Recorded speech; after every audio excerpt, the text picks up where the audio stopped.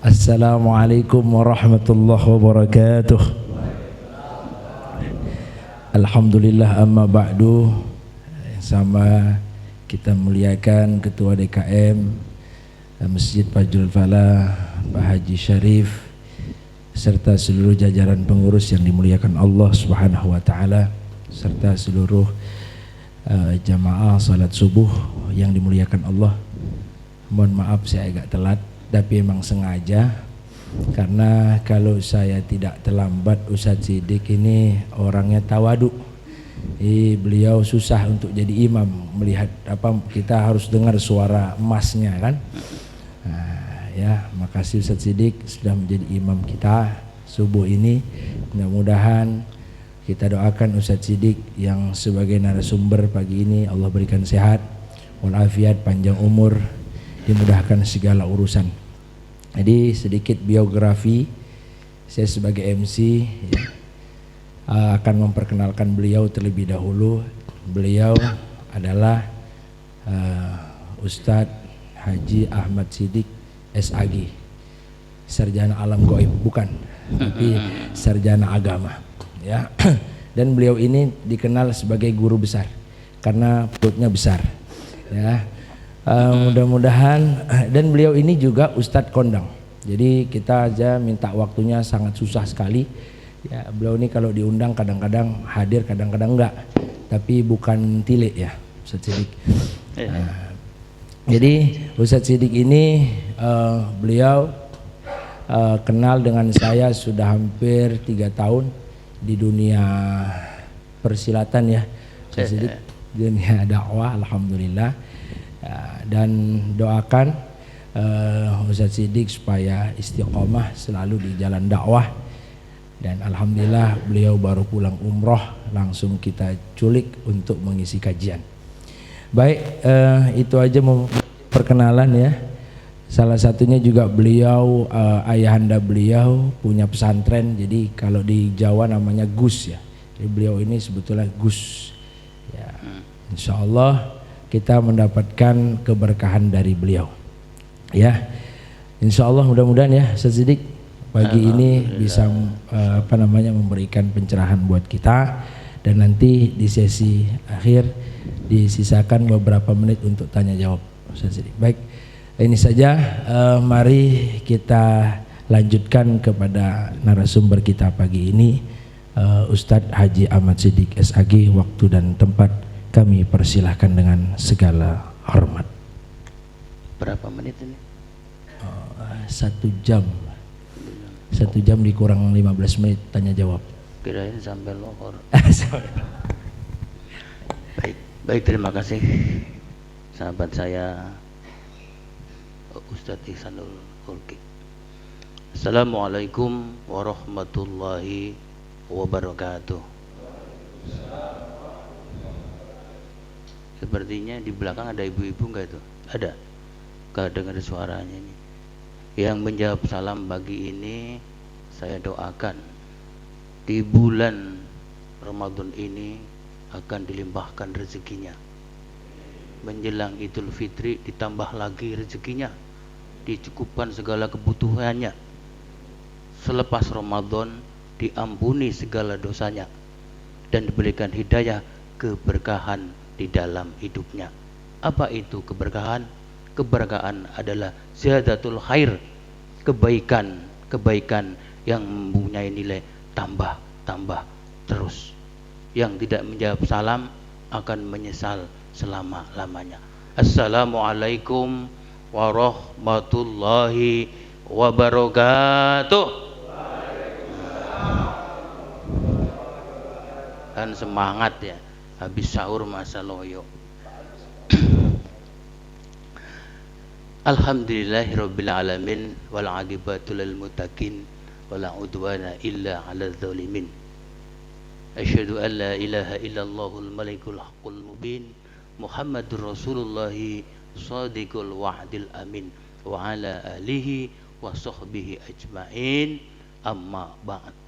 Subhanaka ilma lana illa ma 'allamtana innaka antal alimul hakim.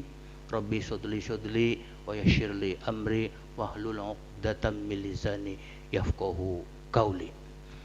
Yang saya hormati Ketua DKM Yayasan Masjid Fajrul Falah, dalam hal ini beliau Bapak Haji Sarif beserta jajarannya.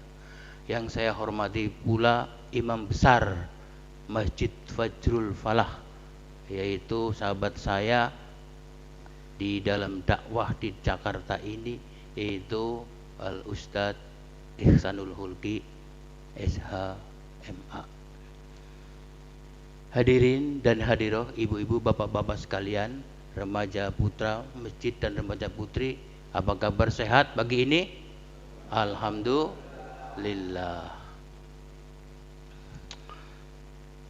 Amaliyah Ramadan sudah kita lalui sejak ditetapkannya 1 Ramadan, yaitu 23 Maret 2023 1444 Hijriah, dimulai dari Masjidil Haram, Masjidil Aqsa, juga Masjid Nabawi sampai ke Indonesia. Sepertinya serempak pada tahun ini, yaitu Ramadan dimulai 23 April 2023. Insya Allah nanti Idul Fitri juga sepertinya serempak sama, mudah-mudahan. Oleh karena itu, segala bentuk amaliyah Ramadan, dimulai dari kita sholat tarawih berjamaah, qiyamul lail, sholat subuh, dan sholat sunat lainnya, baik ibadah mahdhah maupun ghairil mahdhah, juga seluruh doa sudah kita panjatkan, seluruh hajat kita sudah kita tunaikan ke hadirat Allah. Kita semua tentunya berharap semoga semua apa yang sudah kita lakukan diterima oleh Allah Subhanahu wa taala dan dikabul segala doa kita, diluruskan segala hajat kita tentunya. Oleh karena itu, tidak ada yang sia-sia dalam kehidupan ini. Sesungguhnya ketika seseorang mampu mendekatkan diri kepada Allah Subhanahu wa taala, niscaya Allah juga akan merangkul dalam pendekatan kita kepadanya. Oleh karena itu, tidak ada ungkapan yang terbaik pada saat ini, di majelis ini yang sangat Allah cintai dan sayangin ini, kecuali kalimat Alhamdulillahi Rabbil Alamin. Selanjutnya, salawat serta salam, mahabbah dan kerinduan, marilah kita sanjungkan, mohonkan kepada Allah untuk satu manusia agung yang paling sempurna amal ibadahnya, yang paling baik akhlaknya, yang paling baik nilai puasanya, dan yang paling baik dalam berkeluarganya.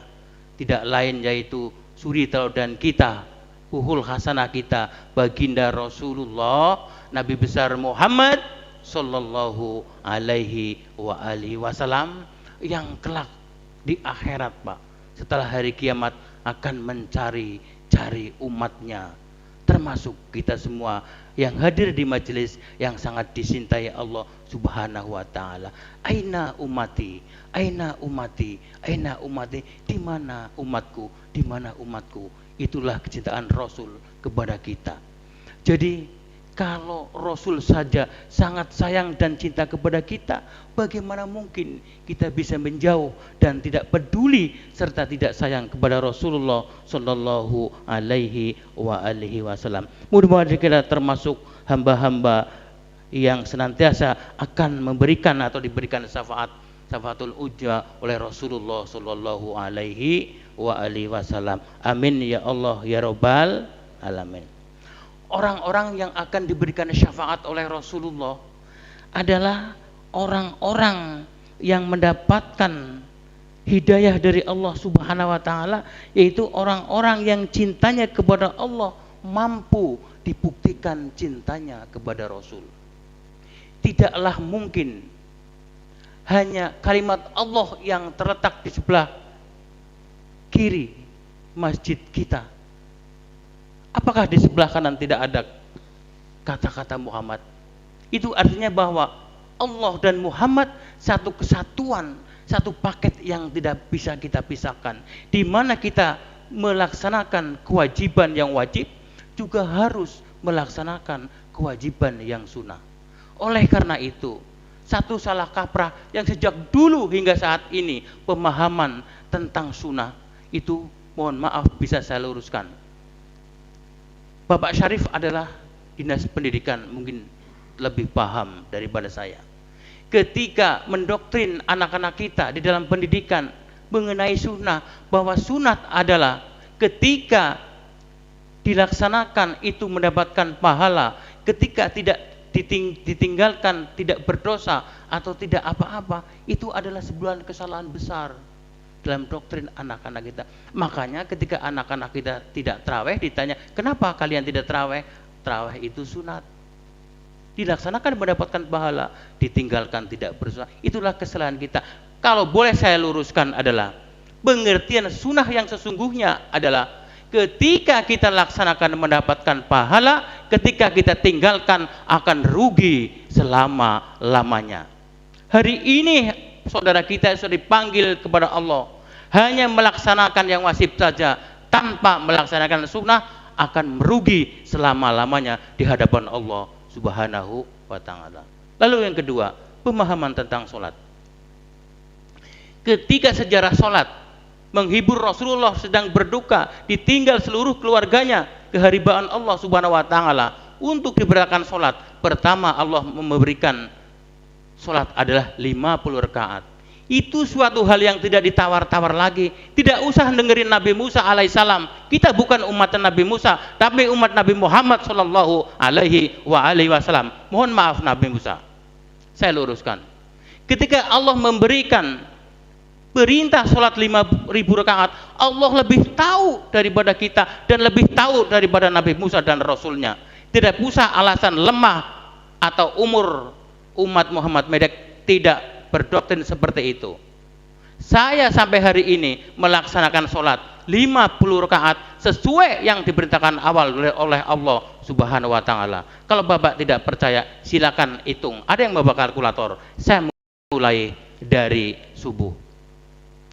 Sholat fajar 2 rakaat, sholat subuh 2 rakaat, sholat duha 2 rakaat, qobliyat zuhur 2 rakaat, sholat zuhur 4 rakaat, ba'da zuhur 2 rakaat, qobliyatul asar 2 rakaat, sholat asar 4 rakaat, ba'da asar tidak boleh, qobliyatul maghrib 2 rakaat, sholat maghrib 3 rakaat, ba'dal maghrib 2 rakaat, qobliyatul isya 2 rakaat, ditambah isya 4 rakaat, ba'da isya 2 rakaat, qiyamul lail 12 rakaat, ditambah witir 3 rakaat. Silakan jumlah. Kalau tidak 50 rakaat, panggil saya kembali ke sini.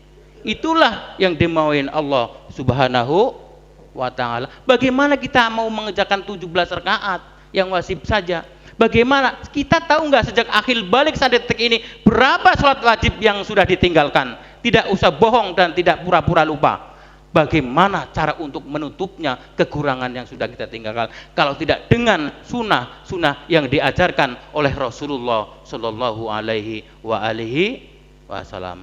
Oleh karena itu, saya mengajak kepada hadirin jamaah Masjid Fajrul Falah yang kita sama-sama cintai, yaitu guru kita bersama Romo Kiai Buya Yahya rahimahullah. Mudah-mudahan beliau senantiasa dalam perlindungan maghfirah Allah Subhanahu wa ta'ala dan dipanjangkan umurnya sehingga terus-menerus dapat berjuang di jalan Allah, yaitu mencerdaskan anak bangsa dalam rangka berjuang di jalan Allah, mengabdi kepada keluarga, masyarakat, bangsa dan negara. Takbir, Allahu Akbar. Ayuhal ihwan, jamaah salat subuh Masjid Fajrul Falah, bapak-bapak, ibu-ibu, saudara-saudara sekalian yang dalam kemuliaan Allah pada pagi hari ini. Orang-orang yang akan mendapatkan syafaat adalah orang-orang yang mampu membuktikan cintanya kepada Allah dan kepada Rasulnya. Sebelum saya membahas tentang tema pagi ini, yaitu tentang khairul bariyah, saya sedikit akan menjelaskan tentang 3 kemuliaan Ramadan. 3 kemuliaan dan keagungan Ramadan ditandai oleh kenapa Ramadan dijadikan oleh Allah sebagai Sayyidus Syuhur, penghulu atau pemimpinnya bulan dari 11 bulan yang ada dari Syawal sampai Sya'ban. Karena satu, kemuliaan Ramadan dan keagungan Ramadan, karena di dalam bulan Ramadan adalah turunnya Al-Quranul Karim sebagai sumber daripada sumber hukum orang-orang yang beriman, pandangan hidup umat muslim, way of life, dan rujukan dari segala sumber hukum. Kemana arah Al-Quran ke utara, kita ikut ke barat. Kemana arah Al-Quran ke selatan, kita ikut ke selatan. Jangan Al-Quran mengikuti keinginan manusia, tapi kitanya yang harus mengikuti apa yang dimaui Al-Quran, sumbernya dari Allah Subhanahu wa ta'ala. Lalu keagungan dan kemuliaan Ramadan yang kedua, karena di dalam Ramadan atas satu malam yang bobotnya mencapai 1000 bulan. Dalam subur ulama dikalkulasi 1000 bulan itu sama dengan 83 tahun. Coba bayangkan, jikalau kita mendapatkan satu malam itu, kita sudah mengantongi amal ibadah 83 tahun. Kalau hari ini ada yang umurnya seperti Mas ini 40 tahun misalnya, alangkah bahagianya sudah ibadah selama 80 tahun. Jikalau esok hari dipanggil oleh Allah, jaminannya adalah surganya Allah, yaitu surga Ar-Royan. Ayyuhal iman, jamaah salat subuh dalam kemuliaan Allah Subhanahu wa ta'ala. Akan tetapi kemuliaan dan keagungan Ramadan yang sedang kita jalani dalam tahun ini, apalah artinya? Tidak ada artinya apa-apa tanpa ada Maulidin Nabi, kelahiran Rasulullah 12 Rabiul Awal tahun gajah, di mana Rasulullah dilahirkan membawa risalah. Tanpa Rasulullah hadir di muka bumi ini, tidak mungkin ada Ramadan, tidak mungkin ada nuzulul Quran, tidak mungkin ada yang namanya hamba-hamba yang beriman seperti kita sekarang. Oleh karena itu, kemuliaan Ramadan tidak lain karena adanya kemuliaan baginda Rasulullah Nabi besar Muhammad sallallahu alaihi wasallam. Oleh karena itu, pertanyaannya adalah, sudah berapa banyak sholawat yang kita panjatkan kepada Rasul dari pagi hingga petang sejak dimulai Ramadan ini? Sudahkah Bapak sehari semalam bersolawat 3000 kali? Saya bersolawat sehari semalam lebih dari 3000 kali. Kalau sudah terbiasa Pak, 500 itu cuman 5 menit, baik dengan tasbih maupun dengan hitungan digital. Tapi kalau belum terbiasa, rasanya kok banyak banget. Coba dimulailah. Karena apa?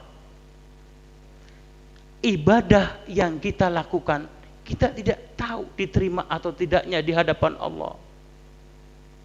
Segala amal bentuk banyak kita lakukan, belum tentu sempurna di hadapan Allah. Jawabannya adalah wallahu a'lam bishawab. Tapi ketika kita bersolawat kepada Rasulullah, baik di Masjidil Haram, baik di Masjidil Aqsa, baik di Madinah Al-Munawwarah, sama saja di Masjid Fadlul Parah ini, karena Allah telah berjanji akan menghadirkan ruh Muhammad sallallahu alaihi wasallam kepada siapa yang bersolawat kepadanya dan di mana tempatnya. Itulah kebesaran Allah Subhanahu wa ta'ala. Qul in kuntum tuhibbunallah fattabi'uni yuhibbukumullah wa yaghfir lakum dzunubakum wallahu ghafurur rahim. Allah, katakanlah wahai Muhammad, jika kalau memang cinta kepada Allah, hambamu suruh membuktikan, fattabi'uni, buktikan bahwa cintanya kepada Allah harus mengikuti aku, tuh kata Rasul. Jadi siapa yang cinta kepada Allah harus membuktikan cintanya kepada Rasul. Jangan cinta kepada Allah tapi tidak mau melaksanakan sunnahnya. Man ahya sunnati faqad ahabani kana ma'i fil jannah. Barang siapa, kata Rasul, yang menghidupkan sunnahku dan selalu berselawat kepadaku, itulah golongan umatku yang terbaik dan kelak akan bersama-sama dengan Rasulullah di surganya Allah Subhanahu wa ta'ala. Jadi orang yang kelak di akhirat dekat dengan Allah adalah orang yang paling banyak sholawatnya. Saya ulangin sekali lagi, hadirin dan jamaah sekalian dimanapun Anda berada, pencinta dakwah Islam Masjid Fajrul Falah pekan pertama, yaitu kelak siapa yang dekat dengan Rasulullah dan bersama Rasulullah, bukan orang yang amal ibadahnya baik, bukan orang yang puasanya baik, bukan orang yang sedekahnya baik, tetapi orang yang paling banyak membaca sholawat kepadanya. Oleh karena itu, marilah kita sama-sama berselawat. Ya Nabi salam alaika, ya Rasul salam alaika, ya Habib salam alaika, salawatullah alaika. Ayo lagi, Pak. Ya Nabi salam alaika, ya Rasul salam alaika, ya Habib salam alaika, salawatullah alaika. Lanjut. Sallallahu ala Muhammad, sallallahu alaihi wasallam, sallallahu ala Muhammad, sallallahu alaihi wasallam, sallallahu ala Muhammad, sallallahu alaihi wasallam, sallallahu ala Muhammad, sallallahu alaihi wasallam. Sallu ala nabi. Ayuhal ikhwan jamaah salat subuh Masjid Fajrul Falah, hamba-hamba pilihan Allah yang senantiasa istiqomah dijadikan oleh Allah dan dalam kemuliaan di sisi Allah pada pagi yang sejuk ini. Lanjut apa sudah nih, Pak? Lanjut. Takutnya Bapak ada yang ini, ada kepentingan. Silakan kalau yang ada kepentingan. Pagi ini saya akan mengangkat satu buah tema, yaitu tentang khairul bariyah. Ada yang tahu khairul bariyah? Apa itu khairul bariyah? Kalau ditinjau dari segi etimologi dan terminologi bahasa, khairul adalah baik, bariyah adalah makhluk. Jadi makhluk yang terbaik di muka bumi ini yang Allah munculkan dalam surat Al-Bayyinah ayat 7 sampai dengan 8. Silakan yang punya aplikasi Al-Quran dibaca. Innalladzina amanu wa amilus solihati ulaika hum khairul bariyah.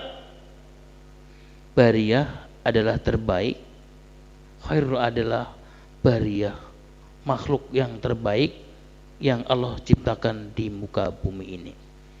Kalau berbicara tentang makhluk, tentunya bukan manusia saja, hewan juga makhluk. Terbaiknya hewan adalah ketika badannya gemuk, dagingnya banyak, ketika Idul Adha nilainya mahal, itu yang disebut khairul bariyah, makhluk selain Allah. Akan tetapi dalam hal ini ketika makhluk itu disebut manusia seperti kita yang hadir di sini, jadi kebaikan manusia itu tidak ditentukan dari besar kecilnya, gemuk kurusnya, tetapi dari mantapnya iman dan baik akhlak serta amal ibadahnya. Summa akramakum indallahi atqakum. Itulah yang disebut khairul bariyah di dalam surat Al-Bayyinah ayat 7 sampai dengan 8. Oleh karena itu, siapa saja yang termasuk orang-orang yang disebut khairul bariyah ini, yaitu di dalam Al-Quran diabadikan laqad waroda 8 nafsi fil Qur'ani ataini wa hamsun wa tistimarroh, yaitu kalimat tentang nafsu, orang-orang yang mampu mengendalikan nafsunya, yaitu di dalam Al-Quran diulang-ulang sampai 290 kali tentang kalimat nafsu ini. Yaitu nafsu itu terbagi menjadi 2, yaitu nafsu badani atau jasad kita, itu juga butuh asupan kesehatan, termasuk makan, minum, olahraga, buka sahur, itu kebutuhan bani. Lalu selain itu adalah rohani. Rohani kita juga membutuhkan asupan. Seperti sekarang kita sedang mendengarkan tauziah, saling mengingatkan tugas kita, watawasau bil haq watawasau sabr, atau merupakan kebutuhan asupan batin kita supaya hidup itu terarah. Salah satu daripada fungsi kita berdoa kepada Allah adalah supaya doa kita terarah. Karena hidup ini diibaratkan sebuah kita di tengah-tengah hutan belantara. Mana arah tujuan kita keluar dari hutan itu tanpa kita berdoa minta petunjuk kepada Allah Subhanahu wa taala. Ketika seseorang sudah mampu mengendalikan nafsunya baik jasmani maupun rohani, yang diharapkan oleh Allah dan Rasulnya adalah seorang yang mampu menggapai hidup ini dengan bahagia dunia dan akhirat, yaitu dengan sabar dan ikhlas. Maka ketika Rasulullah SAW hadir ke muka bumi ini, Jibril langsung menyambangi oleh Allah. Tawarkan Jibril kepada Muhammad, ingin apa? Ya Muhammad, apakah kau ingin menjadi Rasul yang kaya seperti Nabi Sulaiman? Atau Nabi yang lain, mulkan Nabiya? Atau kau menjadi Nabi yang biasa-biasa saja, abdan Nabiya? Sejenak Rasul memikir, lalu menjawab, izinkanlah ya Jibril, sampaikanlah kepada Allah, saya memilih menjadi Nabi yang biasa-biasa saja, abdan Nabiya. Kenapa? Sejak saya menerima wahyu yang pertama, saya sudah mempunyai kunci. Juga akan sampaikan kunci itu saya berikan kepada hamba-hambaku kelak di akhir zaman ini. Apa kuncinya?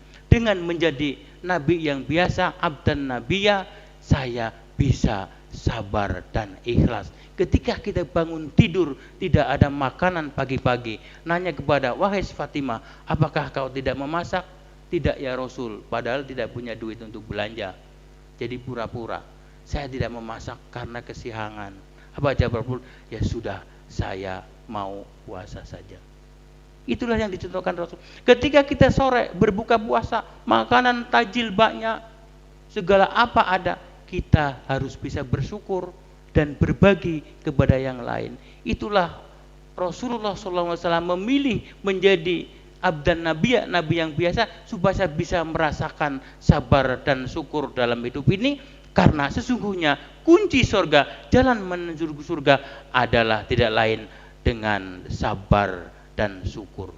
Orang yang tidak menjalankan hidup ini dengan sabar dan syukur, tidak mungkin orang itu akan masuk ke dalam surga, karena surga tempatnya biqol bin salim, orang yang di hatinya bersih, karena merekalah orang-orang yang sabar dan syukur. Dengan sabar dan syukur, mudah-mudahan kita semua yang hadir di sini termasuk orang-orang yang kelak akan mendapatkan petunjuk, yaitu masuk ke dalam surganya Allah Subhanahu wa ta'ala. Amin ya Allah ya Rabbal alamin. Lalu tentang ikhlas, apa ikhlas itu? Setelah sabar kita harus ikhlas. Pada suatu saat sahabat Hudzaifah ibnu Yaman bertanya kepada Rasulullah, "Sya'altu ya Rasulullah, ma huwa ikhlasun?" Saya ingin bertanya kepada Rasulullah seperti habis subuh majelis seperti ini. Apa ikhlas itu? Lalu Rasulullah terdiam. Terdiamnya Rasulullah bukan tidak mau menjawab sahabat Hudzaifah ibnu Yaman, memang Rasulullah belum tahu tentang makna ikhlas karena wahyu belum turun. Yuntiqu anil hawa in huwa illa wahyu yuha. Karena sesungguhnya apa yang Rasulullah katakan dan apa yang Rasulullah contohkan semata-mata datangnya atau menunggu dari wahyu Allah Subhanahu wa taala yang sudah pasti akan kebenaran dan keabsahannya. Lalu Rasulullah bertanya kepada malaikat Jibril, "Sa'altu ya Jibril, ma huwa ikhlasun?" Wahai malaikat Jibril, saya ingin bertanya karena jamaah saya bertanya, sahabat saya bertanya, saya tidak bisa menjawab. Ma huwa ikhlasun? Apa ikhlas itu? Lagi-lagi malaikat Jibril juga terdiam. Malaikat Jibril sesungguhnya terdiamnya memang tidak tahu akan makna ikhlas itu. Lalu malaikat Jibril bertanya kepada Allah, "Sa'altu ya Rabbul Izzati, ma huwa ikhlasun?" Wahai Allah Subhanahu wa taala yang Maha mengetahui apa sesungguhnya ikhlas itu. Lalu Allah menjawab, sampaikan kepada Muhammad bagi Jibril, "Al-ikhlasun sirun." Ikhlas itu adalah sebuah rahasia, asyirun min asrori, dari sekian banyaknya rahasia-rahasia ku, kata Allah. Au qalbama min dambi, salah satunya yang aku titipkan ke dalam hati hamba-hambaku yang aku cintai. Kalau ikhlas itu adalah sebuah rahasia Allah, dari sekian banyaknya rahasia-rahasia Allah yang salah satunya yang Allah titipkan kepada hamba-hamba yang Allah cintai itu, maka pertanyaannya adalah siapakah sih hamba-hamba Allah yang Allah cintai itu? Apakah termasuk kita yang hadir di sini, keluarga kita yang di rumah, bapak-bapak, ibu-ibu sekalian, atau bukan? Ciri-ciri orang yang Allah cintai, hamba Allah yang Allah cintai, yang pertama kembali lagi kepada awal, itu orang-orang yang mampu menjalani kehidupan ini dengan sabar dan ikhlas. Ketika menjalani ujian dan cobaan itu dengan sabar, dengan sholat, dengan syukur dan ikhlas, itulah hamba-hamba Allah yang Allah cintai. Bukankah Siti Hajar dari Sofa ke Marwah pelajaran tentang syai 7 kali, 3 kilometer bolak-balik 7 kali, hanya mencari setitik air untuk Ismail yang masih bayi menangis kehausan sementara air susunya tidak keluaran. Ibrahim ayahnya meninggalkan, tega tidak tega karena ini perintah Allah. Apakah saat itu terik matahari yang panas, padang pasir yang menyalakan telapak kaki? Apakah Siti Hajar frustasi? Tidak. Apakah Siti Hajar bunuh diri? Tidak. Apakah Siti Hajar menyalahkan suami lalu meninggalkan anaknya yang masih kecil? Tidak. Apakah Siti Hajar menyalahkan Allah? Tidak. Apa yang terjadi? Sabar, ikhlas dan syukur. Inilah hamba yang dicintai Allah Subhanahu wa taala, maka makomnya sejajar dengan Rasulullah sallallahu alaihi wasallam. Mudah-mudahan keikhlasan itu, kesabaran itu dan syukur itu ada tertanam di antara semua para jamaah yang di sini, sehingga kita tergolong hamba-hamba yang Allah cintai. Ketika Allah sudah mencintai hambanya, tidak perlu berdoa, sudah Allah berikan apa yang diinginkan. Ketika hambanya selalu bersolawat kepada Allah 3.000, 5.000, 10.000, tidak usah minta mobil, Allah tahu kalau memang ente butuh mobil. Tidak usah meminta rumah, Allah tahu memang ente butuh rumah. Tidak perlu minta kawin lagi, memang Allah tahu ente harus kawin lagi karena istri yang pertama susah diatur. Nikah adalah sebuah pilihan, bukan sebuah anjuran. Tapi ketika kita mampu, kenapa cuma istri satu? Itulah orang yang licik. Tapi ketika kita tidak mampu punya istri lebih satu, itulah orang yang nekat. Oleh karena nikah bukan suatu yang harus dibicarakan, tapi harus dilaksanakan. Itulah Sakapur Sirih yang bisa kami sampaikan. Mudah-mudahan ada hikmahnya untuk kita semua dalam menjalani aktivitas Ramadan ini, dan kita tergolong hamba-hamba Allah yang sabar, syukur dan ikhlas, sehingga tergolong hamba-hamba yang Allah cintai.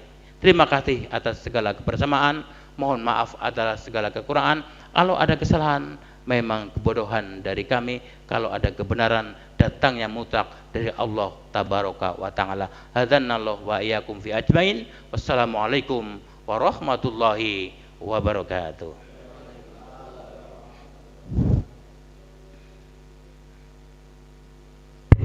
Alhamdulillah. Baik, ada beberapa kesimpulan yang saya catat atas apa yang disampaikan oleh Ustadz Siddiq. Yang pertama, beliau memberi informasi kepada kita terkait dengan pengertian sunnah, agar kita supaya lebih semangat lagi mengerjakan yang sunnah-sunnah. Jadi tidak ada lagi doktrin yang kemudian kalau tidak dikerjakan tidak apa-apa, sehingga kita lebih banyak untuk tidak mengerjakan ketimbang mengerjakannya. Yang kedua adalah tentang khairul bariyah, ya, sebaik-baik makhluk. Yang saya tangkap adalah tadi beliau tadi menjelaskan sebaik-baik makhluk itu ya bukan dilihat dari fisiknya, tetapi seberapa besar imannya kepada Allah Subhanahu wa taala, ketakwaannya, keistiqomahannya. Kemudian yang terakhir kata beliau adalah kalau ingin menjadi makhluk Allah, ya, yang terbaik adalah jadilah sebagai makhluk yang dicintai oleh Allah Subhanahu wa taala. Jadi kata kuncinya, keywordnya adalah dicintai Allah. Kalau barometer terbaik itu adalah cinta, Allah cinta nggak sama kita. Kalau Allah nggak cinta sama kita, ya berarti kita belum khairul bariyah. Bagaimana untuk menjadi orang yang dicintai Allah Subhanahu wa taala? Kata beliau tadi adalah dengan cara memperbanyak syukur, memperbanyak memperbanyak sabar, kemudian memperbanyak ikhlas, ya. Masya Allah, tabarakallah. Pagi ini luar biasa. Baik, kita buka sesi tanya jawab. Silahkan barangkali ada yang mau bertanya.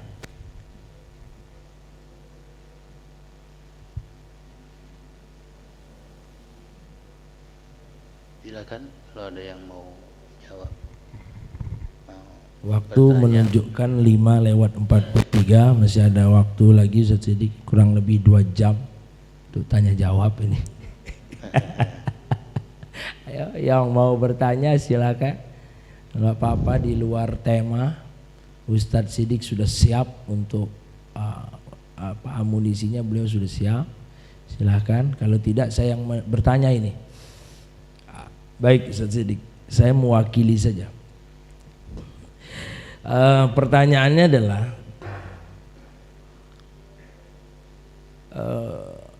secara definisi, baik etimologi, terminologi, lughatan wa istilahan, bahwa khairul bariyah itu adalah sebuah kalimat yang sangat universal, yang sangat komprehensif atau sangat umum, sehingga kita ini mungkin masih bertanya-tanya apa sebetulnya puncak dari khairul bariyah. Puncak yang kami tanyakan adalah ketika kita sudah menjadi seorang makhluk Allah yang khairul bariyah, sebaik-baik makhluk, maka apa yang akan Allah berikan kepada orang-orang yang ia cintai? Apa konsekuensinya kalau kita sudah ikhlas, kita sudah sabar, kita sudah semuanya, apa yang Allah berikan kepada kita? Oh, saya bukan bertanya tentang akhiratnya. Kalau akhiratnya sudah pasti Allah akan memasukkan kita semua ke dalam surganya Allah Subhanahu wa taala. Tetapi kan secara fakta ya, di dunianya ini apa yang sangat berefek kepada orang-orang yang melakukan hal-hal tersebut, atau syukur ikhlas ini, apa yang kelihatan selama di dunia secara kasat mata ya. Baik, itu saja. Silakan Ustaz. Baik, terima kasih. Pertanyaannya bagus juga buat kita semua untuk kita ambil hikmahnya tentunya. Kalimat khairul bariyah yang termaktub di dalam surat Al-Quran, surat Al-Bayyinah ayat 7 sampai dengan 8 adalah, definisinya adalah Allah menciptakan dunia ini selain langit dan bumi dan seluruh isinya, yaitu termasuk makhluk. Kalau kita berbicara tentang makhluk tentunya luas. Selain manusia pun ada makhluk. Dan kalau kita ambil contoh selain manusia itu makhluk seperti hewan, kalimat khairul bariyah adalah di mana letak baiknya yang dapat diambil manfaatnya dari sebuah makhluk itu. Tentunya kita ambil contoh misalnya kerbau atau sapi. Terletak nilai kebaikannya, khairul bariyahnya adalah terletak pada letur badannya. Ketika dia gemuk, otomatis harganya lebih mahal. Itulah definisi khairul bariyah dengan makhluk yang bukan manusia. Tapi ketika berbicara tentang makhluk yang disebut manusia seperti kita, letak nilai kebaikannya, khairulnya adalah bukan termasuk dalam fisiknya yang sudah dikatakan oleh Ustadz Ihsan, tapi sejauh mana kita mampu mengaplikasi dalam kehidupan ini, mendekatkan diri kepada Allah dengan jalan sabar dan ikhlas serta syukur. Karena ketiga hal itu akan mengarah kepada rahmat Allah Subhanahu wa taala. Karena sesungguhnya ibadah kita ini adalah kita tidak tahu diterima atau tidak. Wallahu a'lam bishawab. Tidak ada yang tahu, termasuk ajal seseorang. Kapan kita akan menemui ajal itu? Apakah 1 jam kemudian? Tidak ada yang tahu, wallahu a'lam. Karena tidak ada yang tahu, kewajiban manusia adalah hanya menjalankan perintahnya, menjauhi larangannya dengan sabar, ikhlas dan syukur. Itulah dengan sabar, ikhlas dan syukur dalam menjalani perintah Allah itu akan mengarah kepada sebuah rahmat. Karena amal ibadah manusia tidak mampu untuk menghantarkan ke surganya Allah Subhanahu wa taala tanpa datangnya rahmat dari Allah Subhanahu wa taala. Coba kita bayangkan, biji mata kita dibanding dengan dunia dan isinya, Pak, dengan amal yang sudah kita lakukan itu tidak ada nilainya, Pak. Masih berat timbangannya biji mata kita yang satu ini. Selama Bapak hidup akhir balik sampai detik ini, amal yang kita lakukan bila ditimbang nih melalui mizan, ini biji mata kita, ini amal masih jomplang, masih berat biji mata kita. Coba kita bayangkan kalau kita melihatnya cuma satu, enak nggak tidak? Apalagi dua-duanya, enak nggak tidak?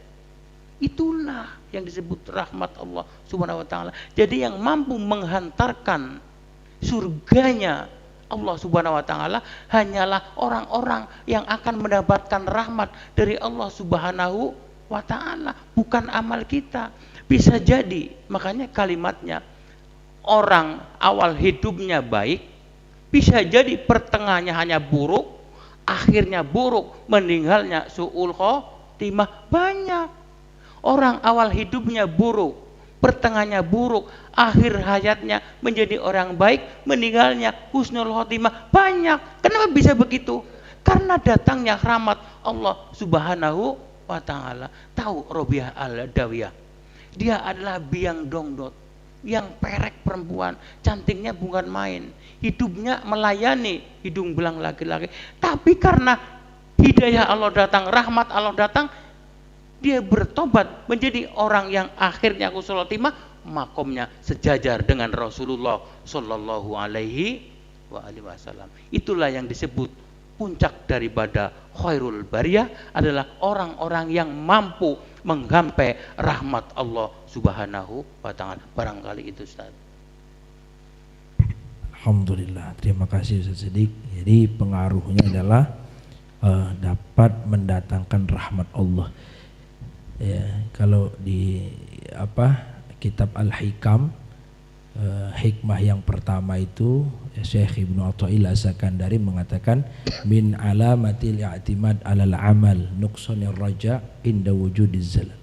Jadi tidak bisa kita mengandalkan pahala atau perbuatan baik kita, tetapi yang bisa kita andalkan adalah seberapa rahmat Allah Subhanahu wa Ta'ala yang diberikan kepada kita. Sampai Rasulullah mengatakan la yadkhul ahadun minkum al-jannah, tidak ada di antara seseorang yang masuk ke dalam surga. Kemudian sahabat tanya, wala anta ya Rasulullah, apakah engkau juga tidak masuk surga wahai Rasulullah SAW? Betul, aku juga sebetulnya tidak masuk surga karena amalku. Tidak ada orang yang masuk surga karena amalnya, termasuk Rasulullah. Padahal Rasulullah amal sholatnya itu banyak. Tidak ada yang bisa mengalahkan amal sholatnya Rasulullah sampai hari ini. Dan Rasulullah katakan sendiri, saya masuk surga bukan karena sholat saya, bukan karena puasa saya, bukan. Apa kata Rasulullah? Illa ayataghammadani Allah bifadlih wa rahmatih. Dan aku bisa masuk surga, kata Rasulullah, karena Allah memberikan karunia dan rahmatnya kepadaku. Jadi intinya adalah bukan banyakin amal. Percuma banyak amal tapi nggak dirahmati Allah amalnya. Siapa mereka? Yang mereka ingin dipuji oleh orang. Tapi adalah perbanyak amal juga terus menggapai rahmat Allah Subhanahu wa Ta'ala. Wala tay'asu min rahmatillah, jangan putus asa untuk menggapai rahmat Allah Subhanahu wa Ta'ala. Bagaimana rahmat Allah itu turun? Tadi kata Ustaz Siddiq dikatakan dengan cara bersyukur, yang kedua ikhlas dan sabar. Mudah-mudahan manfaat insyaallah. Waktunya pas habis, sengaja saya paskan supaya tidak korupsi waktu. Baik, terima kasih. Ini saja, mari kita sama-sama doa setelah mengaji. Allahumma arhamna bil Qur'an waj'alhu lana imama wa nura wa hudan wa rahmah. Allahumma dhakkirna minhu ma nasina wa'allimna minhu ma jahilna warzuqna tilawatahu ala al-layli wa atrafan nahar waj'alhu lana hujjatan ya rabbal alamin. Mudah-mudahan yang hadir Allah panjangkan umurnya, Allah berkahi rezekinya, Allah berikan, Allah kabulkan hajatnya. Amin. Terakhir, terima kasih Pak atas kehadirannya semua. Mudah-mudahan semua atas langkah-langkah Bapak yang hadir ke majelis ini Allah ganti dengan rezeki yang melimpah ruah. Amin. Saya minta doa keponakan saya dari tadi malam sampai hari ini kritis, sedang koma di RSUD Kota Tangerang. Doakan mudah-mudahan panjang umurnya, mudah-mudahan sehat penyakitnya. Amin. Allahumma amin. Al-Fatihah. Bismillahirrahmanirrahim. Alhamdulillah. Maliki yaumiddin. Iyyaka na'budu wa iyyaka nasta'in. Ihdinas siratal mustaqim. Shiratal ladzina an'amta 'alaihim ghairil maghdubi 'alaihim. Terima kasih, saya sebagai moderator mohon maaf lahir batin atas segala kesalahan. Segemuk-gemuknya ikan pasti ada tulangnya, sekurus-kurusnya ikan pasti ada dagingnya, sebaik-baik omongan pasti ada salahnya. Ambil yang baiknya, buang yang buruknya. Billahi taufiq wal hidayah wal radha wal inayah wal muwaffiq wal ita'ah. Assalamualaikum warahmatullahi wabarakatuh. Waalaikumsalam warahmatullahi. Sallallahu ala